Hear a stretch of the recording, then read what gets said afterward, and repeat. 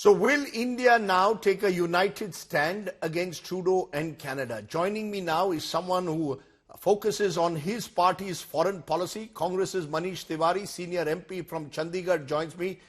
Manish Tewari, I saw a tweet of yours saying that Canada does not understand India's sensitivities. Your own father, I recall, was killed by Khalistani terrorists.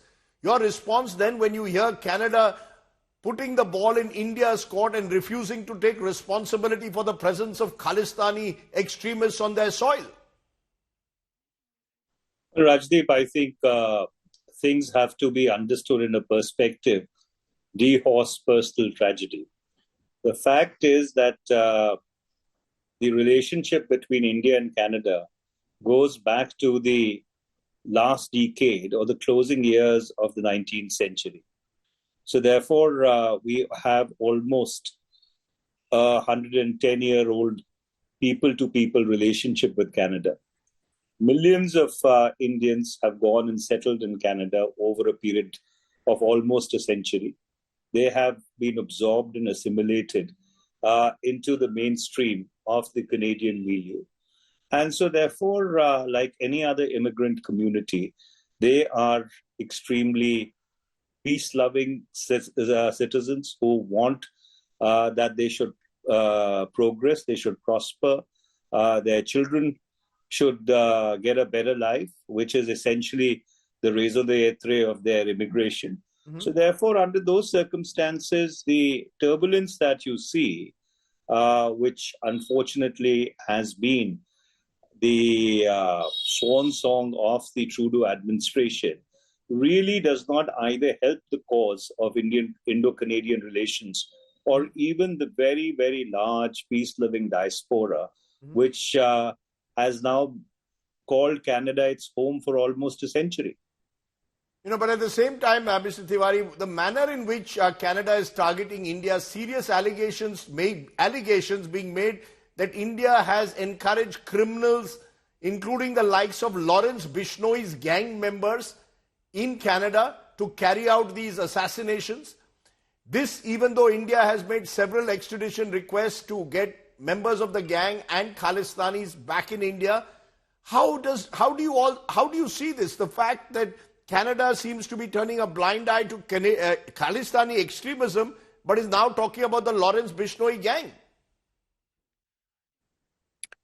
Well, it is inexplicable and perplexing as to why the Trudeau administration has decided to up the ante.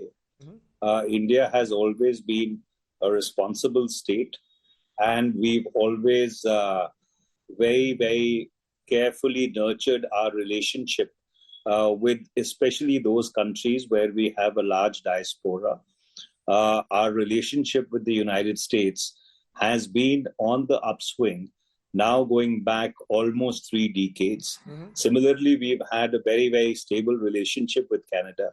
So it is really perplexing and as I earlier stated, inexplicable as to why the Trudeau administration has chosen to go down this path.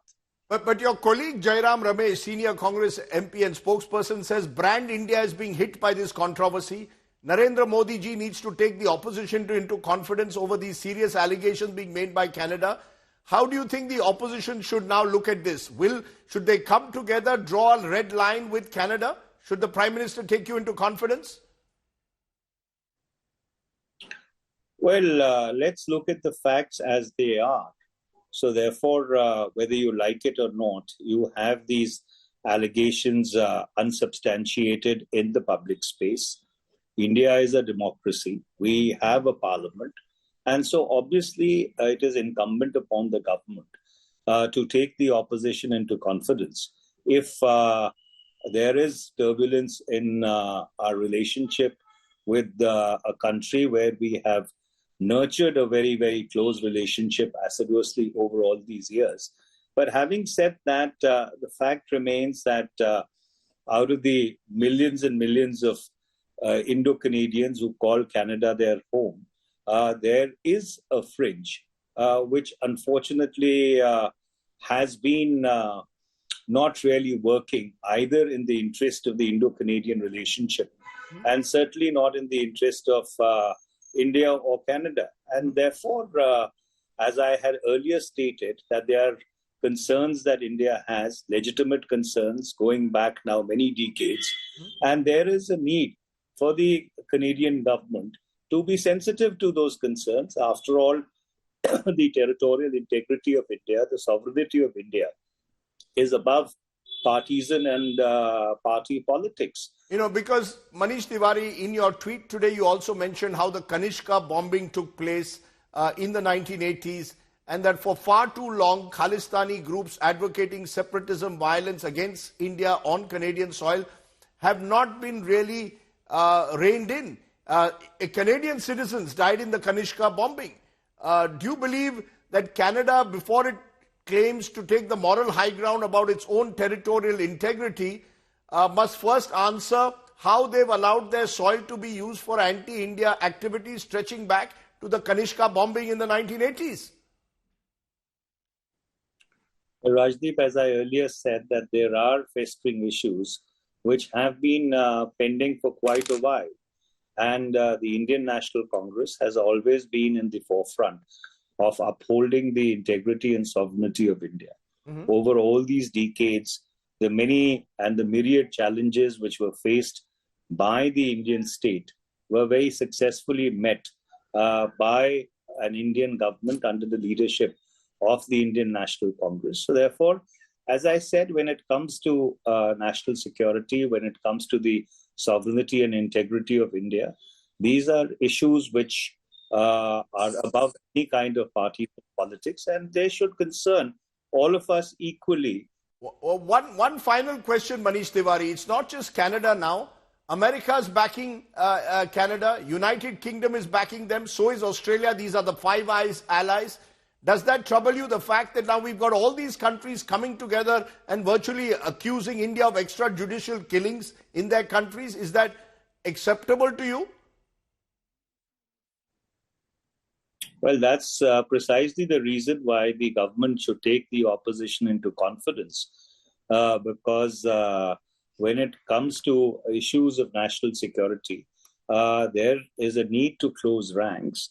And what you really have by the reportage in the public space are allegations at this point in time, allegations which will have to be established conclusively beyond reasonable doubt in a court of law.